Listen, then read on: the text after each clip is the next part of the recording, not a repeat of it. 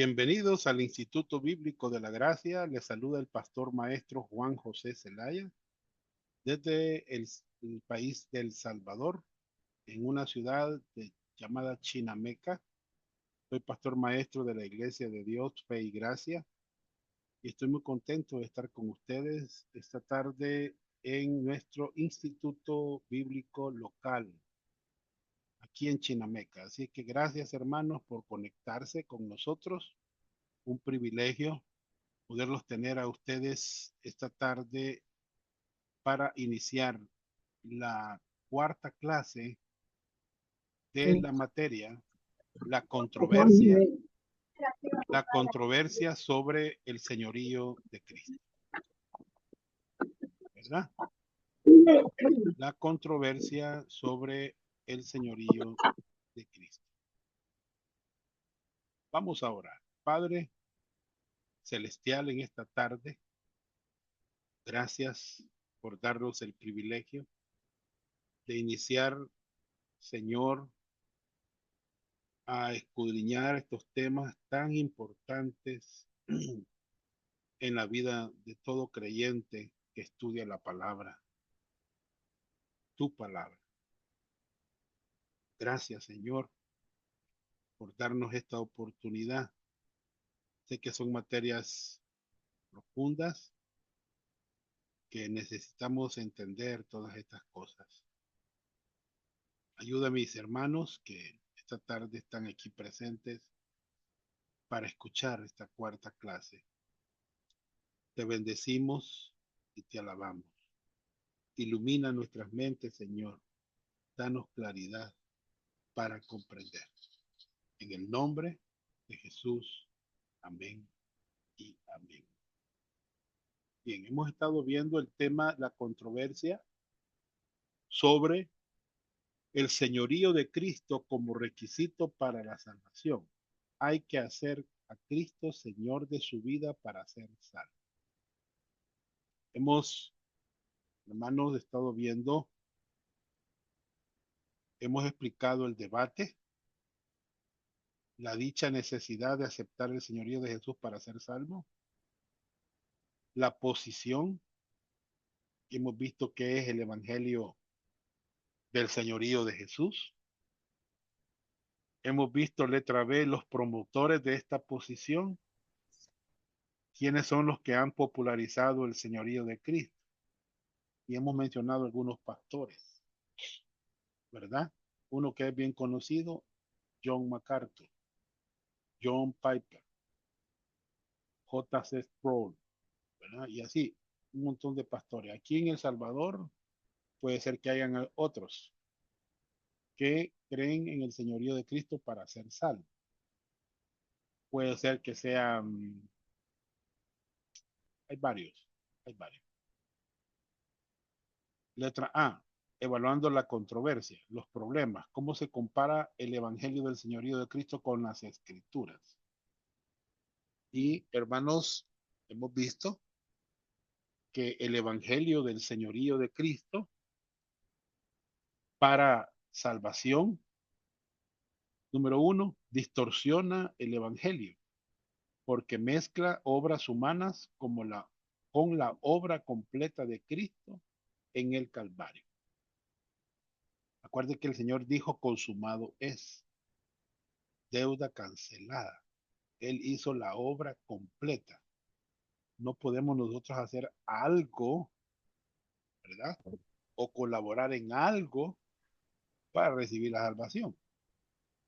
Entonces, el Evangelio del Señorío de Cristo para la salvación distorsiona el Evangelio. El Evangelio que predicamos, bíblico, habla de una persona específica, una obra específica, y hermanos, la respuesta al Evangelio es la fe sola en Cristo solo. No hay otra forma de ser salvo.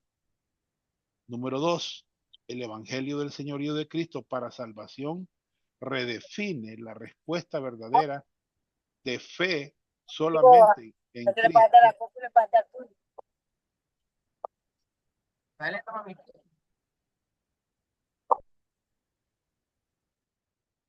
de fe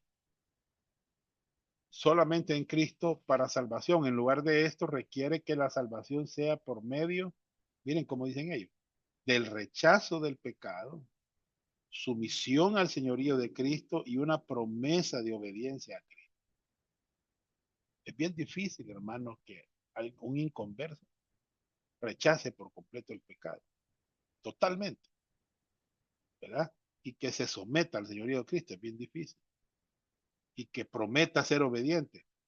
Yo he visto muchos ejemplos de personas que han dicho que van a dar el buen ejemplo y han fracasado, ¿verdad? 3.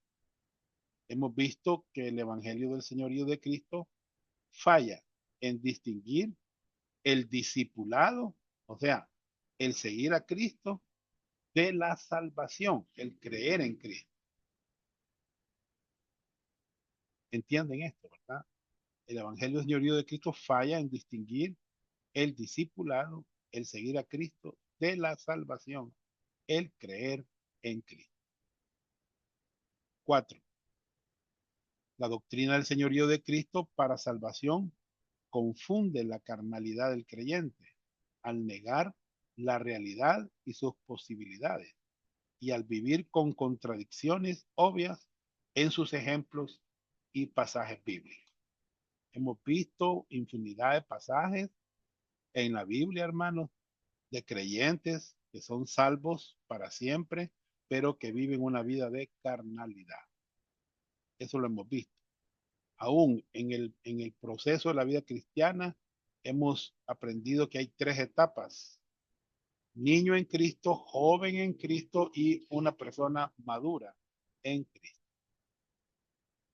Las 3 etapas, los 3 grupos, hermanos, son salvos para siempre, independiente en qué etapa está el creyente. Estamos evaluando la controversia, los problemas, cómo se compara el Evangelio Señor con las Escrituras.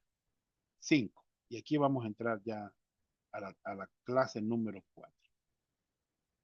El Evangelio del señorío de Cristo aniquila la seguridad absoluta en cuanto a la salvación de uno. Hace que la persona se fije en su propio caminar en vez de la obra completa de Cristo en la cruz para tener seguridad en cuanto a su vida eterna.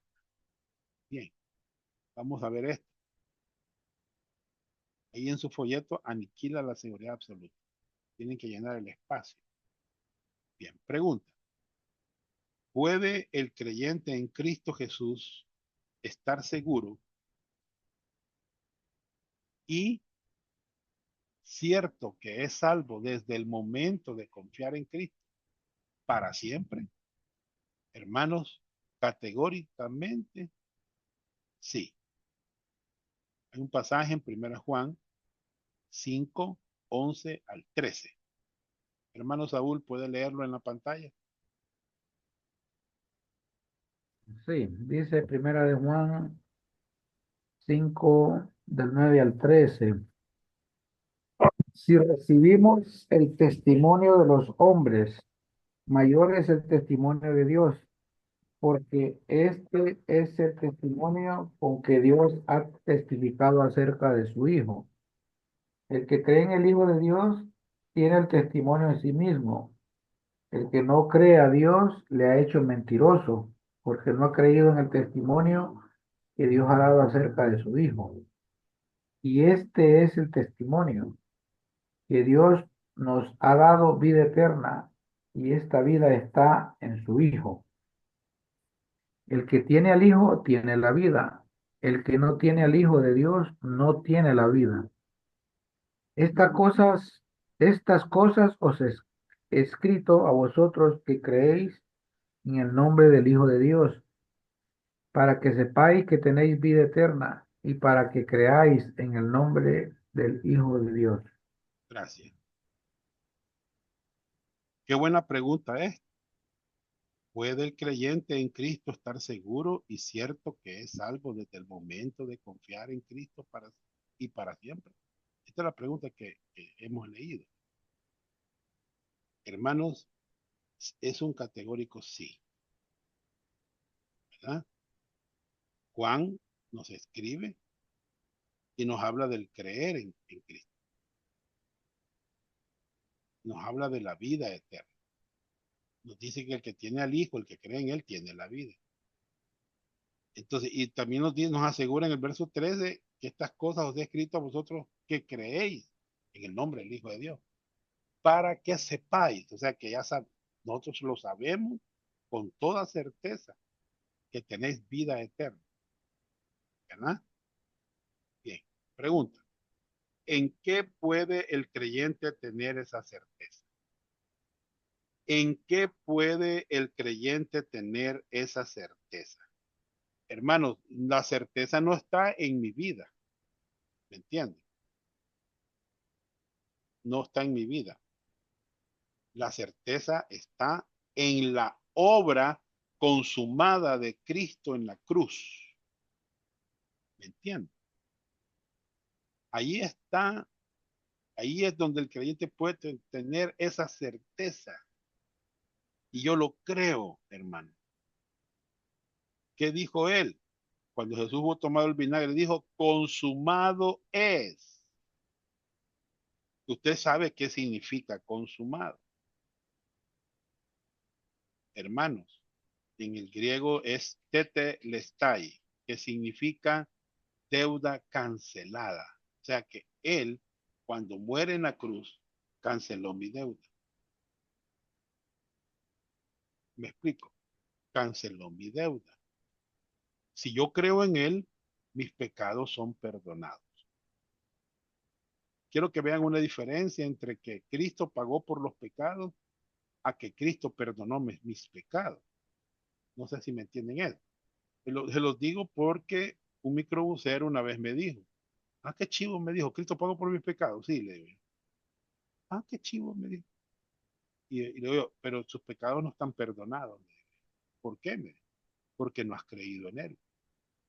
Que él pagó esa deuda. Consumado es. ¿Ya? No creemos que él ha pagado esa deuda.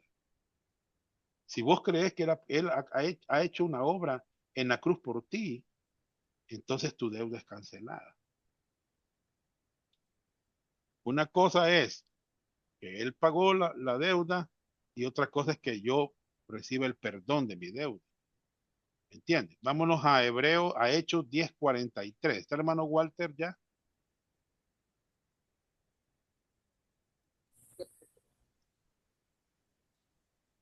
Bien, hermano, ¿puede leer Hechos 10:43?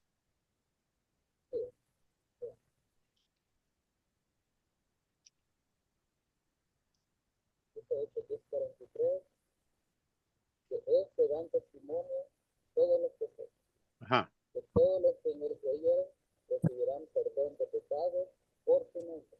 Muy bien. Todos los que crean en la obra consumada de Cristo en la cruz van a recibir el perdón de sus pecados. Muy bien. Entonces, consumado es, tetelestai, totalmente No, pagado. es que tiene que estar punteada.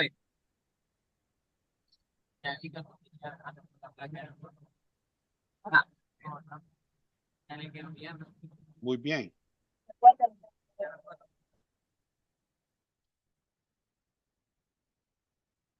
muy bien. Sigamos. Deuda pagada, deuda perdonada cuando creemos, va. ¿En qué puede el creyente tener esa certeza? Letra A, en la obra consumada de Cristo en la cruz. Muy bien. Y letra B, en las promesas infalibles de Dios. ¿Oyeron? En las promesas infalibles de Dios. Yo estoy confiado en esas promesas, hermano. Bueno, veamos algunos pasajes. ¿Qué dice San Juan 5:24? De cierto os digo, el que oye mi palabra, la hemos escuchado, y cree al que me envió, hemos creído en Él, tiene vida eterna y no vendrá a condenación, mas ha pasado de muerte a vida.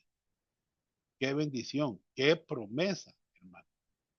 El que oye su palabra, el que cree en el que vea, tiene vida eterna y no vendrá a condenación. Ha pasado de muerte a vida. Muy bien, otro pasaje. De cierto os digo, el que cree en mí tiene vida eterna. San Juan 6:47. Qué precioso, hermano. Tiene, posee, desde el momento que creyó, tiene vida eterna. Y hay otros pasajes. Por ejemplo, aquí está San Juan 10:27 al 30. Quiero que por favor puede el hermano Saúl leerlo.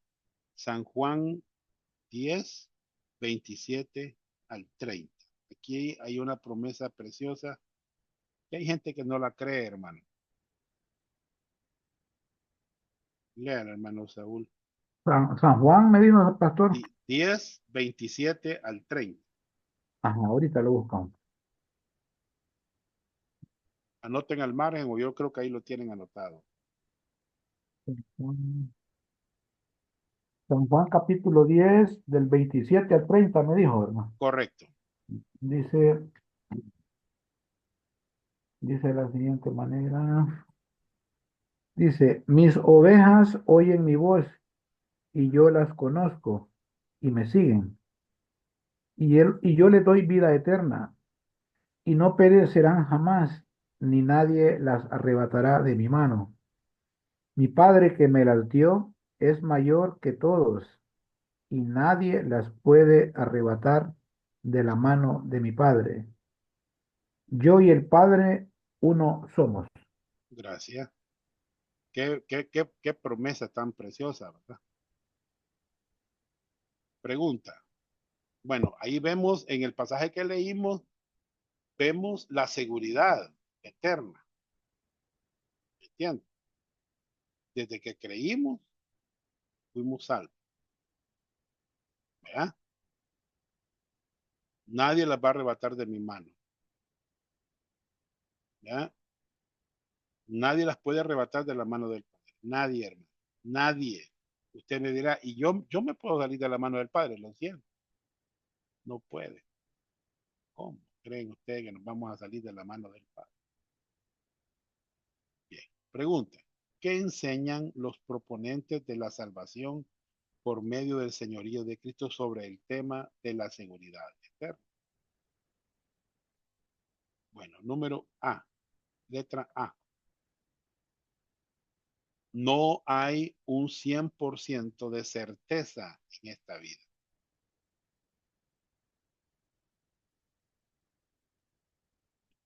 El señorío de Cristo y la teología reformada llaman a la seguridad de la salvación, ¿saben cómo le llaman?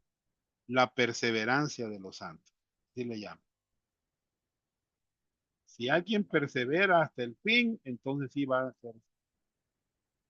tener salvación. Qué error, hermanos. Es un error. Porque la perseverancia no puede ser un medio de salvación. Estoy hablando de salvación espiritual. No puede ser. No pueden haber dos salvadores, Jesucristo y la perseverancia. No puede haber. Solo hay una forma de ser salvo. Y es a través de la obra completa de Cristo en la cruz.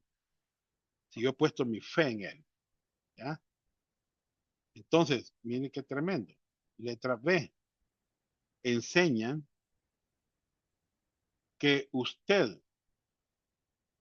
debe fijarse en el fruto de su vida en vez de fijarse en la raíz o la creencia. Antes de hablar de este segundo, de la letra B, ustedes leen Romanos 5:1, que ya lo vimos, dice ahí, justificados, pues por la fe. tenemos paz para con Dios. Esa palabra justificados es un verbo, hermanos, en tiempo pasado perfecto. O sea, no vuelve a suceder nunca en la vida del creyente la justificación. Se da una sola vez en un punto del tiempo en el pasado. ¿Me entienden? Y esa justificación es por la fe. Justificados, pues, dice Pablo a los romanos, por la fe, dice, tenemos paz para con Dios, va casi dice. Entonces, no dice por mi perseverancia, no, hermano, ni por mi sumisión al señorío de Cristo, ni por cumplir mis promesas a Dios, no, hermano. Es justificado, pues, por la fe en el Señor Jesucristo. Muy bien. Letra B. Enseñan que usted debe fijarse en el fruto de su vida en vez de fijarse en la raíz creencia. Fíjense, hermanos, que hay un pasaje que está, no sé si está aquí, en segunda de Pedro, capítulo 2, verso 1. Yo quiero que nos fijemos en el 8. ¿Puede leerlo, hermano Saúl, el 8, verso 8? Perdón, hermano, el versículo 8 del que está en la pantalla, El que está en la pantalla, correcto. dice el 8, dice, porque si estas cosas están en vosotros y abundan, no os dejarán estar ociosos ni sin fruto en cuanto al conocimiento de nuestro Señor Jesucristo. Gracias. Observen, hermanos, vaya. Usted sabe que Dios quiere que los creyentes sean fructíferos. ¿Cierto, hermano? Sí. Él quiere que sean fructíferos. Él quiere que los creyentes sean llenos de buenas obras. Sí, hermano. Absolutamente cierto que Dios quiere eso. Pero la salvación por el señorío de Cristo dice que si usted en realidad es salvo, usted va a ser un creyente fructífero. Pero si usted no es fructífero, es porque usted nunca fue salvo. Yo me pregunto, ¿eso es lo que la Biblia enseña? No. En 2 Pedro 1:8, hermano, desmiente esta enseñanza. Los creyentes a los que les escribe Pedro, les está diciendo que le pongan a la vida cristiana diligencia. ¿Entienden? Piensen en el concepto de fruto. ¿Se acuerdan ustedes de San Juan 15? Todo pámpano que en mí no lleva fruto lo quitará. ¿Se acuerdan, hermano? Acuérdense que el pámpano no puede producir fruto. Él, en otras palabras, el creyente no puede producir fruto. ¿Quién es el que produce fruto? Bueno, Jesucristo nos enseñó eso en la vid. La vid es la que produce el fruto. ¿Y quién es la vid? Jesús dijo, yo soy la vid verdadera. ¿Quiénes son los pámpanos? Nosotros, hermano. ¿Qué tenemos que hacer nosotros? Permanecer en él. Y así se producirá el fruto de manera sobrenatural en nosotros. ¿Qué es lo que está diciendo en sí, hermano? ¿Qué es lo que está diciendo Pedro aquí? ¿Qué es lo que nos está diciendo? Bueno, nos está diciendo, si usted es estéril y sin fruto, ¿Ya? Eh, ¿A quién se parece usted? No sé, nos parecemos a los incrédulos. Los incrédulos no son fructíferos. Hay gente que tiene una colección de autos, quiero ilustrarlo con esto. Tienen autos clásicos de 1920, de 1930, de 1950, etcétera. Estos son carros grandes, con motores grandes, pueden ir muy rápido, pero ¿saben dónde están esos carros? Están metidos en sus garajes, no los usan. ¿Por qué? Porque solo son para mirarlos. Y con esta ilustración, así son muchos creyentes. Han sido bendecidos con todas las bendiciones espirituales, hermanos, y ¿qué hacen con ellas? Nada. ¿Están creciendo? No, pero han sido bendecidos con toda bendición espiritual, hermano Johnny. Sí, hermanos, como esos autos que están ahí metidos sin darles uso, esto es lo que Pedro está diciendo. Ustedes necesitan ponerle diligencia a la vida cristiana y añadir a vuestra fe virtud, a la virtud conocimiento, al conocimiento dominio propio, al dominio propio paciencia, a la paciencia piedad, a la piedad afecto fraternal, al afecto fraternal amor, porque si estas cosas están en vosotros y abundan, y es lo que dice Pedro, no os dejarán estar ociosos ni sin fruto en cuanto al conocimiento de nuestro Señor Jesucristo. ¿Qué problemas doctrinales hay con este dogma?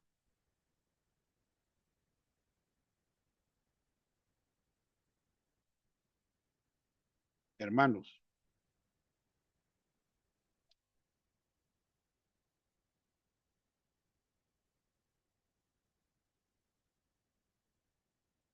bueno, vamos a ver, ¿qué problemas doctrinales? Letra A.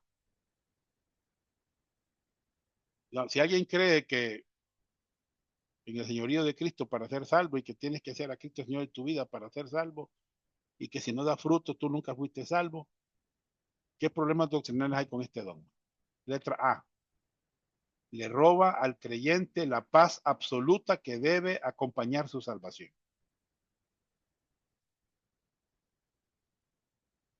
No tienen paz.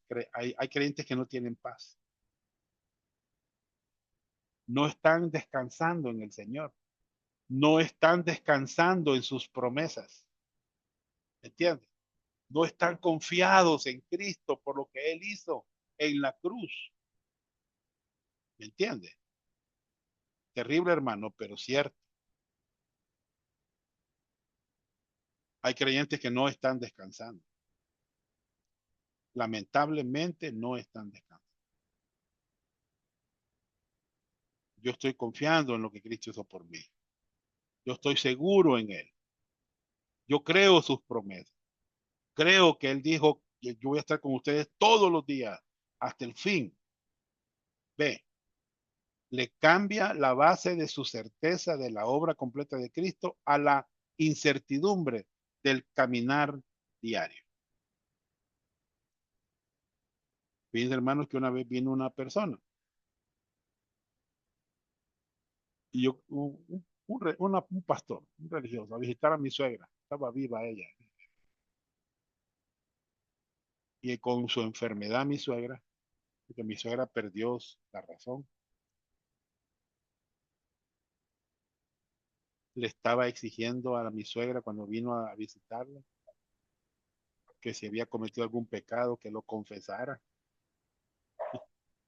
Hermanos, como que la salvación depende de ella, dependía de ella, no dependía de Cristo, ¿verdad? Hermano, me sentí tan triste al ver que ellos están confiando en la fidelidad del creyente, están confiando en su caminar diario, ¿me entiendes? Terrible, hermano, terrible. Y yo escuchaba a mi suegra con su problema que tenía, hermano, ella tenía demencia senil Una vez la escuché cantando y decía, y estaba cantando un coro. ¿Saben cuál coro era? Estaba diciendo, hay un solo camino, camino, camino. Hay un solo camino que conduce hacia Dios. Cristo es el camino, camino. Con su problema de que había perdido la razón, ella estaba cantando ese coro. Y le digo a mi esposa, oí tu mamá. Hermanos, qué tremendo, ¿verdad? Hay que descansar en la obra de Cristo. Letra C. Le hace a uno justificarse en su propia estimación cuando camina bien o desesperarse cuando falla. Yo conocí a una persona de doble ánimo que decía, hoy que venga el Señor me voy, decía.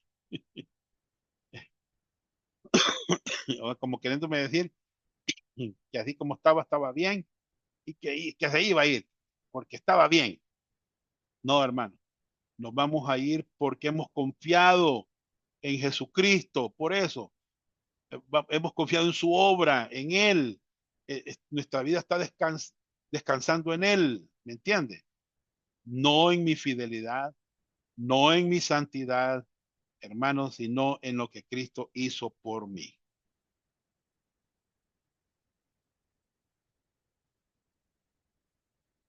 Bueno, hay algunos libros. ¿Soy realmente cristiano? Bueno, usted lo lee, el capítulo 1. No eres cristiano simplemente porque diga serlo. Es lo que dice. Capítulo 2. No eres cristiano si no has nacido de nuevo. Capítulo 3. No eres cristiano solo porque te agrade Jesús. No eres cristiano si disfrutas de pecar. No eres cristiano si no perseveras hasta el fin. Mire todo lo que dice este tipo. No eres cristiano si no amas a la gente. No eres cristiano si amas tus posiciones. Pobre realmente, ¿podré llegar realmente a saber si soy cristiano?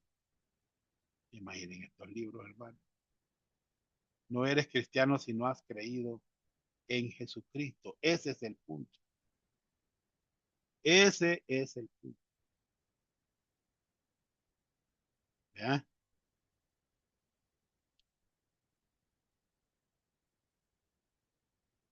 ¿Cómo vamos a relacionar las evidencias visibles o la falta de evidencia visible de la salvación con este asunto? Ya que vemos que bíblicamente no son necesarios para obtener o mantener la salvación. Hermanos, ¿cómo vamos a relacionar las evidencias visibles o la falta de evidencias visibles de la salvación con este asunto? Ya que vemos que bíblicamente no son necesarios para obtener o mantener la salvación.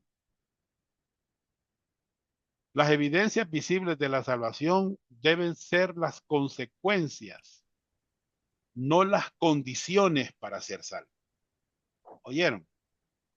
Este punto es bien importante que lo entendamos. Vuelvo a repetirlo. Las evidencias visibles de la salvación deben ser las consecuencias, no las condiciones para ser salvo. Si yo estoy dando fruto, es porque soy salvo.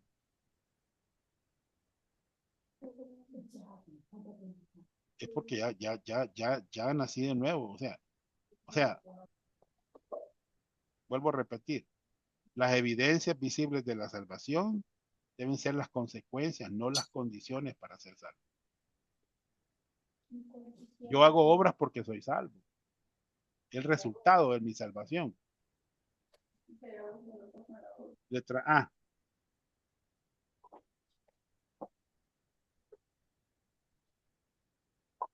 ¿Cómo se compara el Evangelio del Señor Jesucristo con las Escrituras? 6. El Evangelio del Señorío de Cristo minimiza las motivaciones para servir a Cristo. Le servimos por su amor para con nosotros y como producto de nuestro aprecio por ellos.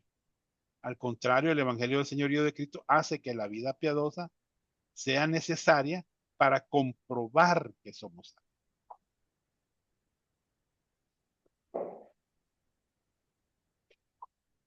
¿Me entienden? Sácame el otro teléfono pequeño. Vamos a ver.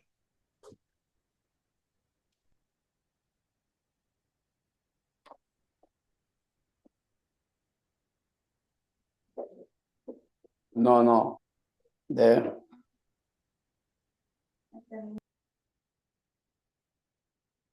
Bien, voy a repetir el punto 6. El Evangelio del Señorío de Cristo minimiza las motivaciones para servir a Cristo. Le servimos por su amor para con nosotros y como producto de nuestro aprecio por ello. Al contrario, el Evangelio del Señorío de Cristo hace que la vida piadosa sea necesaria para comprobar que somos salvos.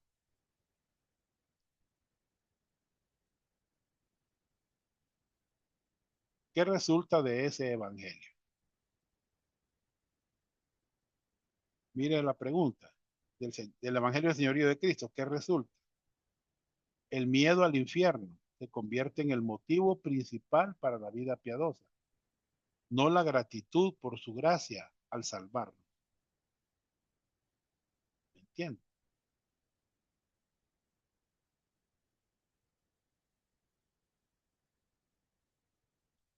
Vuelvo a repetir. ¿Qué resulta de ese Evangelio, el Señorío de Cristo? El miedo al infierno se convierte en el motivo principal para la vida piadosa, no la gratitud por su gracia al salvarnos.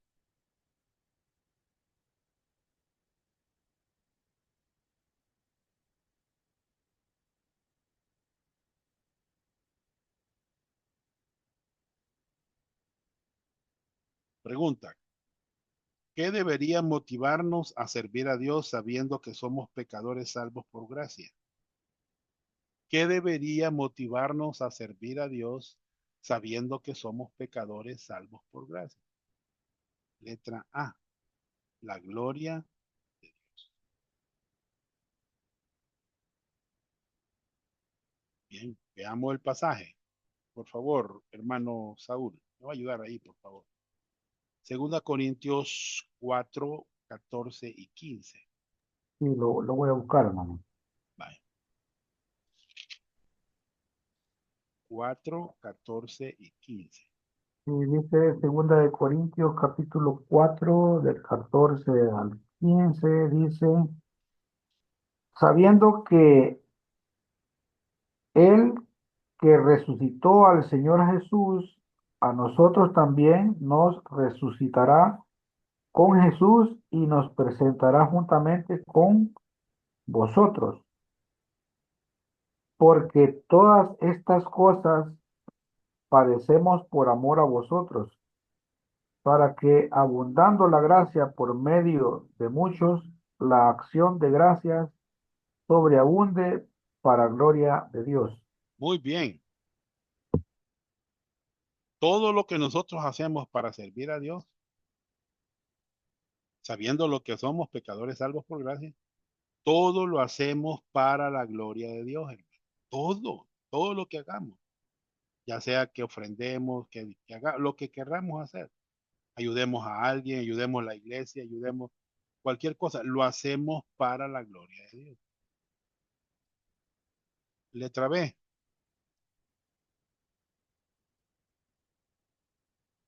El temor de Dios. Esto debe de motivarnos a servir a Dios.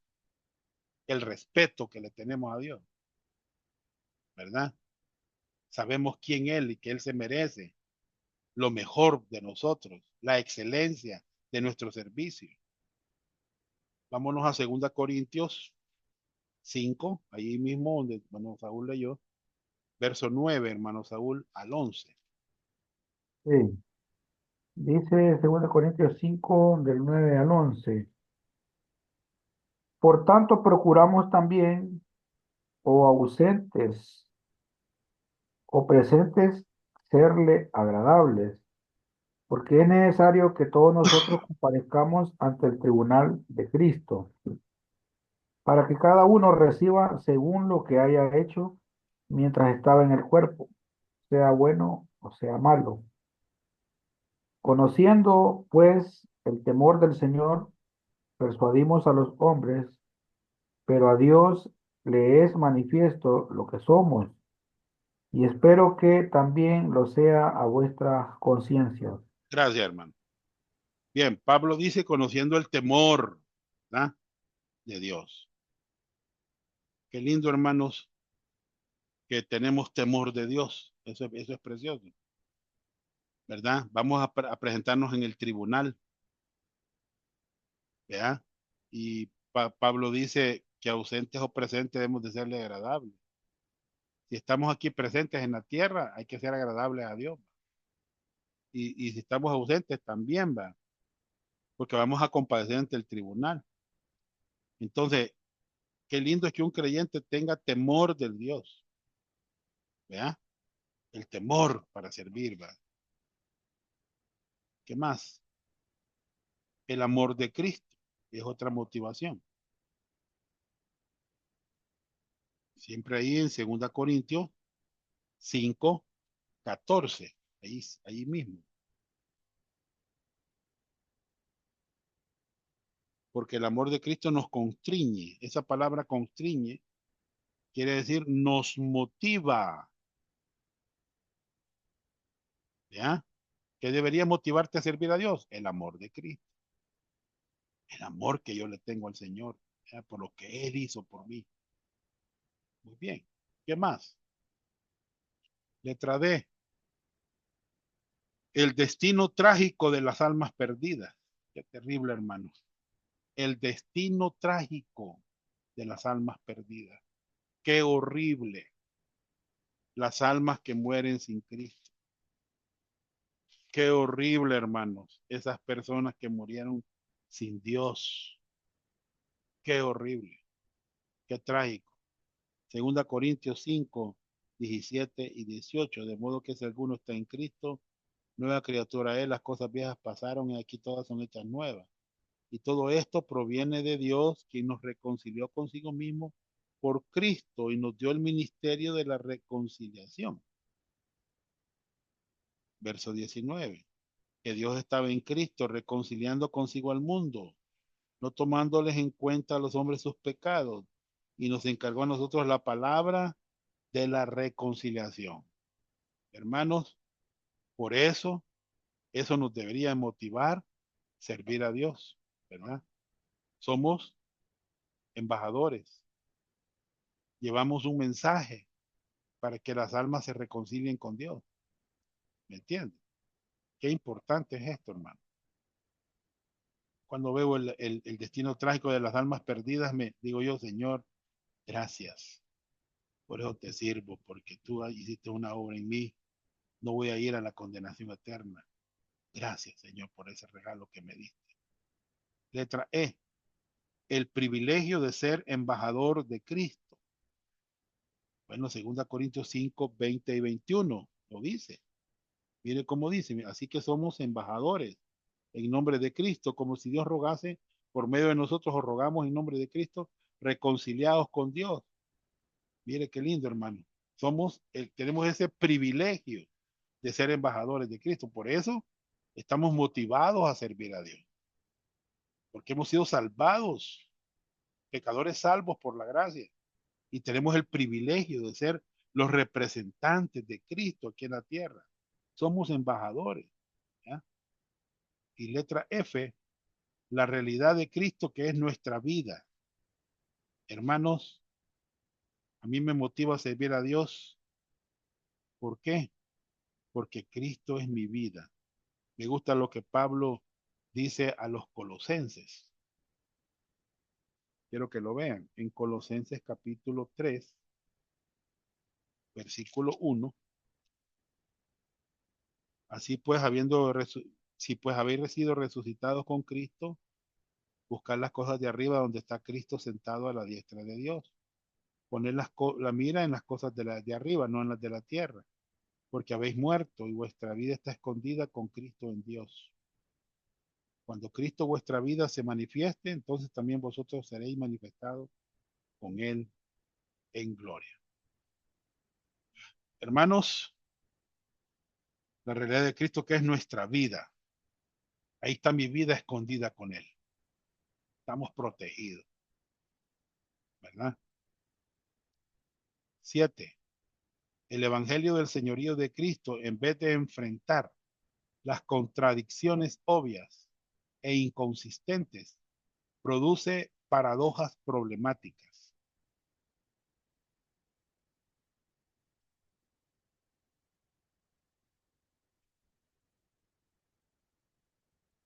Veamos. Como excusa el Evangelio del Señorío de Cristo sus contradicciones.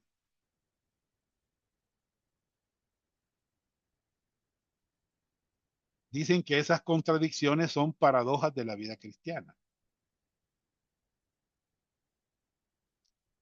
¿Qué quiero explicar con esto, hermano? Miren, la vida eterna es sin duda un regalo gratuito. Lo dice Romanos 6:23. La paga del pecado es muerte, más la dádiva de Dios, regalo, es vida eterna. No puede ganarse por medio de buenas obras, la vida eterna, ni comprarse con dinero. La vida eterna, el regalo que Él me da, ya fue comprado por Cristo, que pagó el rescate con su sangre.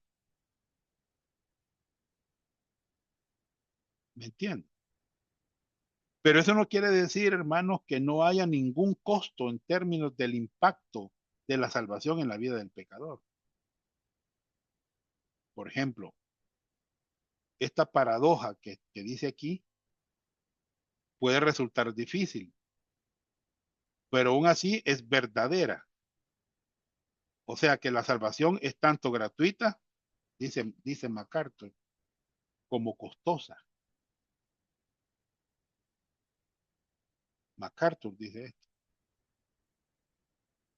Mire, hermano, o sea que la salvación es gratuita, pero a vos te tiene que costar algo, ¿verdad?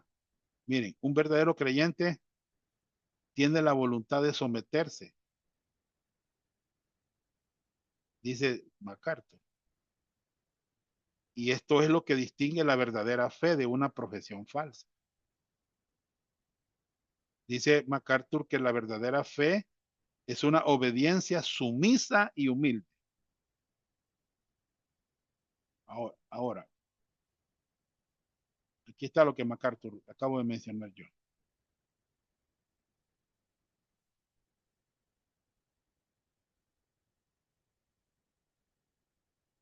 Miren lo que él dice. ¿Cuál es el problema de esta explicación? Es una contradicción a lo que ellos mismos enseñan. ¿Oyeron? ¿Oyeron? Es una contradicción a lo que ellos mismos enseñan.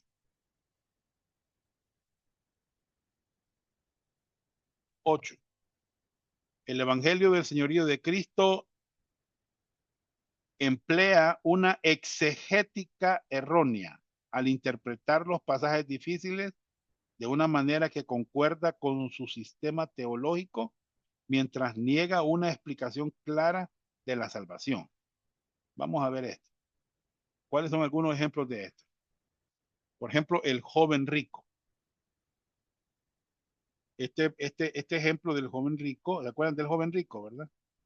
Está en Mateo 19, está en Marcos 10 y está en Lucas 18. ¿Qué afirma el señorío de Cristo? Que el joven rico, miren lo que dicen ellos, no fue salvo porque no quiso someterse al Señor y no se arrepintió de sus pecados y no estuvo dispuesto a abandonar todo para seguir.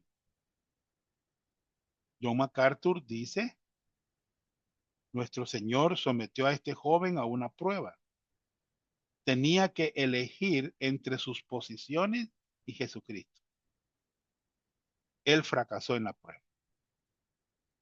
No importa lo que creyera, al no estar dispuesto a renunciar a todo, no pudo ser un discípulo de Cristo. La salvación es para quienes están dispuestos a renunciar a todo, dice John MacArthur en el libro del Evangelio, según en la página 78. Pero es eso lo que enseña el pasaje, hermano.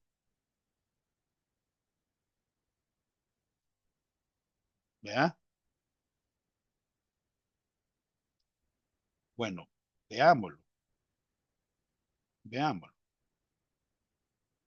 Vaya, aquí dice que el señorío de Cristo afirma que el joven rico no fue salvo porque no quiso someterse al Señor y no se arrepintió de sus pecados y no estuvo dispuesto a abandonar todo para seguir. Miren, MacArthur dice, nuestro Señor sometió a este joven una prueba, tenía que elegir entre sus posiciones y Jesucristo. Él fracasó en la prueba, no importa lo que creyera, al no estar dispuesto a renunciar a todo, no pudo ser un discípulo de Cristo. La salvación es para quienes están dispuestos a renunciar a todo. MacArthur dice esto.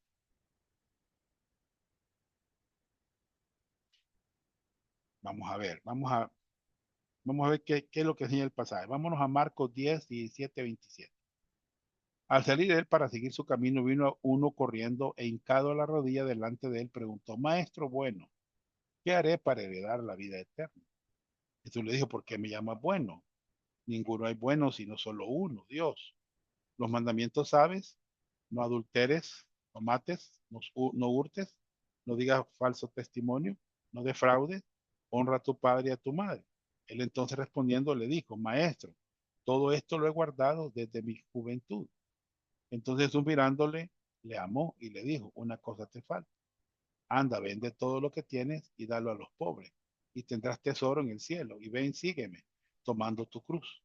Pero el afligido por esta palabra se fue triste porque tenía muchas posesiones. Entonces Jesús mirando alrededor dijo a sus discípulos, cuán difícilmente entrarán en el reino de Dios los que tienen riqueza. Los discípulos se asombraron de sus palabras, pero Jesús respondió, volvió a decirles, hijos, cuán difícil es entrar en el reino de Dios a los que confían en la riqueza. Más fácil es pasar un camello por el ojo de una aguja que entrar un rico en el reino de Dios. Ellos se asombraban aún más, diciendo en sí, ¿quién pues podrá ser salvo? Entonces Jesús mirándolos dijo, para lo que a los hombres es imposible, para Dios no, porque todas las cosas son posibles para Dios. Quiero que noten algo en el versículo 24. Noten algo ahí. ¿Por qué no fue salvo el joven rico? ¿Alguien me quiere decir?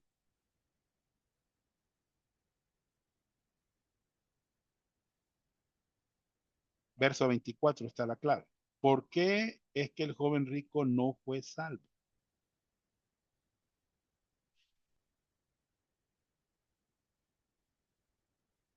Vamos a ver, hermanos. ¿Alguien quiere comentar?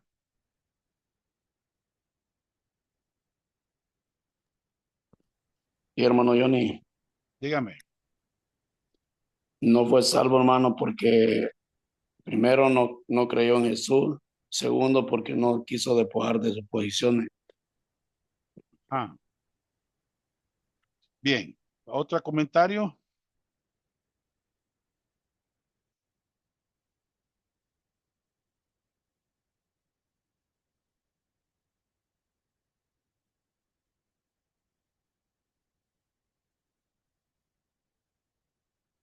Observen.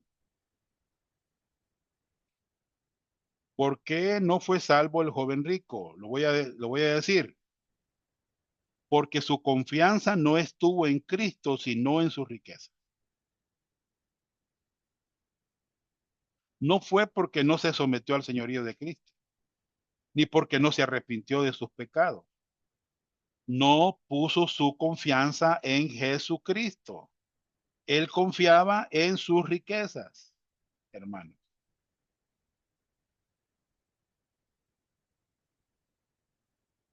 9. El evangelio del señorío de Cristo elimina la espiritualidad engendrada por gracia. Oiga lo que dice este punto. El Evangelio del Señorío de Cristo elimina la espiritualidad engendrada por gracia. Hermanos, la verdadera espiritualidad, oiga bien, comienza con la gracia de Dios en el momento de la salvación por fe. Ahí comienza la verdadera espiritualidad. Mientras más conozcamos de la gracia, hermanos, más espirituales vamos a ser, vamos a crecer. ¿Entienden? Lo vuelvo a repetir. La verdadera espiritualidad de un creyente comienza con la gracia de Dios en el momento de la salvación por fe en Jesucristo. Punto 10. El Evangelio del Señorío de Cristo es producto de las conclusiones consistentes con el calvinismo, un sistema de dogma filosófico cristiano, en lugar de ser producto de una exegética bíblica balanceada. ¿Oyeron? ¿Oyeron lo que acabo de decir? El Evangelio del Señorío de Cristo es producto de las conclusiones consistentes con el calvinismo, un sistema de dogma filosófico cristiano, en lugar de ser producto de una exegética bíblica balanceada.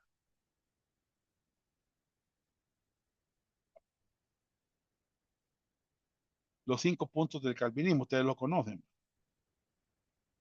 Esta es la materia que vamos a ver a continuación. Depravación total. Cuando el hombre pecó en Edén, toda su esencia se manchó de pecado. Esto es cierto. Ni siquiera podemos decir ser salvos, por eso Dios decidió salvar. Esto es falso.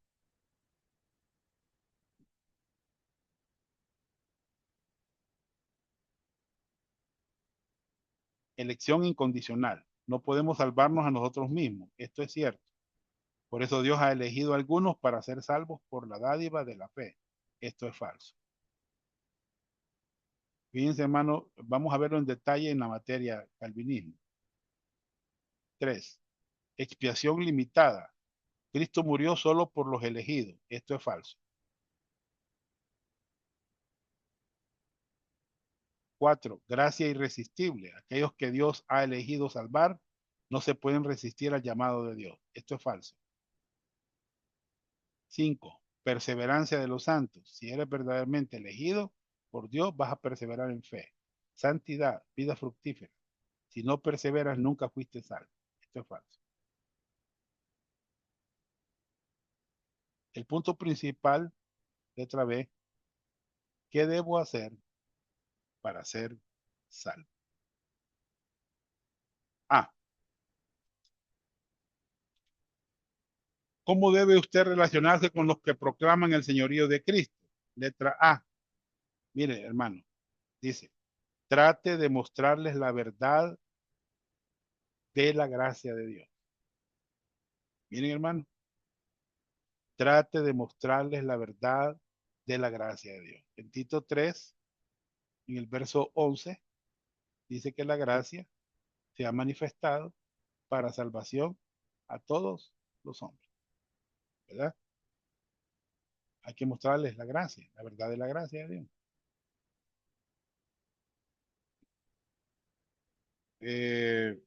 Tito 3, 10 y 11.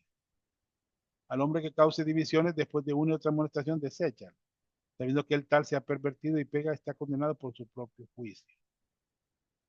La palabra hombre aquí es antropos, humanidad, persona, hombre o mujer. Amonestación del griego es noutesia, llamar la atención, reprensión suave. Desechar, griego paraiteomai, rechazar, evitar. Entonces hay que mostrarle la gracia, hermano. B. Si no se arrepienten de su evangelio falso, rechace sus enseñanzas y sepárese de ellos. Ustedes saben, hermanos, que ya sea calvinismo, arminianismo, tenemos que separarnos de personas que creen de esa manera. No es que vamos a ser enemigos, sino que no vamos a compartir las enseñanzas de ellos. Dice, procura con diligencia presentarte a Dios aprobado como obrero que no tiene que avergonzarse, que usa bien la palabra de verdad, mas evita profanas y vanas palabrerías, porque conducirán más y más a la impiedad. Y su palabra carcomerá como gangrena, de los cuales son Himeneo y Fileto, que se desviaron de la verdad, diciendo que la resurrección ya se efectuó y trastornan la fe de él. Pero el fundamento de Dios está firme, teniendo este sello, conoce el Señor a los que son suyos, y aparte se iniquidad todo aquel que invoca el nombre de Cristo. Porque en una casa grande no solamente hay utensilios de oro y de plata, sino también de madera y de barro, y unos son para usos honrosos y otros para usos viles. Así que si alguno se limpia de estas cosas, será instrumento para honra, santificado, útil al Señor y dispuesto para toda buena obra.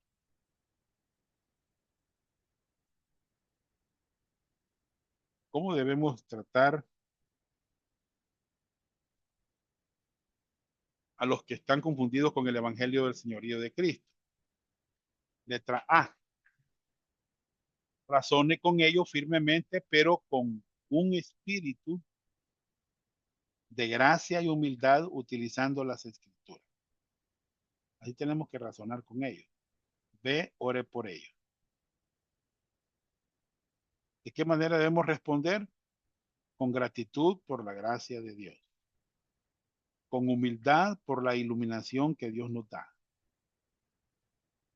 Hemos de predicar la verdad de Dios con determinación. Con visión de alcanzar a los perdidos. Y dependiendo del poder. Sé que no es fácil sacar a una persona de sus creencias, ¿verdad? Seamos fieles al Señor y a su palabra, hermano.